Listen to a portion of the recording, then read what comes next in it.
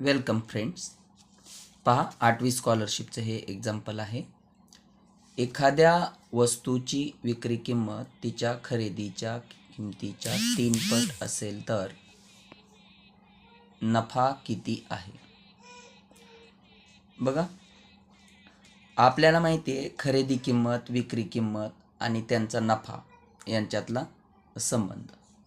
सर्वात बेसिक असतं खरेदी.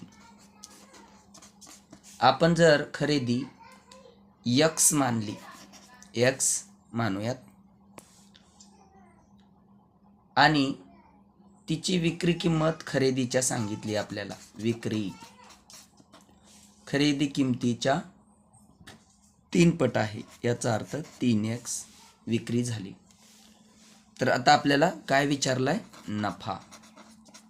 काय विचारलाय? नफा. नफ्याचं सूत्र काय असतं? नफा बरोबर विक्री वजा खरेदी. विक्री वजा खरेदी. मांडूया किंमत. विक्री किती आहे? 3x. खरेदी किती आहे? 1x बरोबर 2x. तर आता काय प्रश्न केलाय आपला? तर नफा किती आहे? आता नफा x स्वरूपात 2 आलाय, परंतु आपण x काय मानली होती? x काय मानलेलं आपण? x खरेदी मानली आहे. काय मानली आहे? खरेदी. आता बघा, ऑप्शनवरून आपल्याला उत्तर योग्य ते शोधायचं आहे. किती आलाय आपला नफा? खरेदी किमती एवढा, म्हणजे x एवढा आलाय का? नाही आहे. पहिला ऑप्शन बाद. पहिला ऑप्शन आपला बाद होतो. खरेदी किमतीच्या दुप्पट. बघा, खरेदी होती x आणि नफा आहे 2x. बघा, खरेदी किती आहे?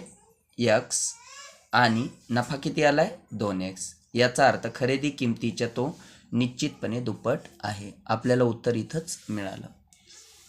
ठीक आहे मित्रांनो, तुम्हाला मॅथ, बुद्धिमत्ता या विषयाचे स्कॉलरशिपचे कोणतेही प्रश्न जर टफ वाटत असतील तर तुम्ही कमेंट बॉक्समध्ये अवश्य सांगा की या पाठावर सर व्हिडिओ बनवा.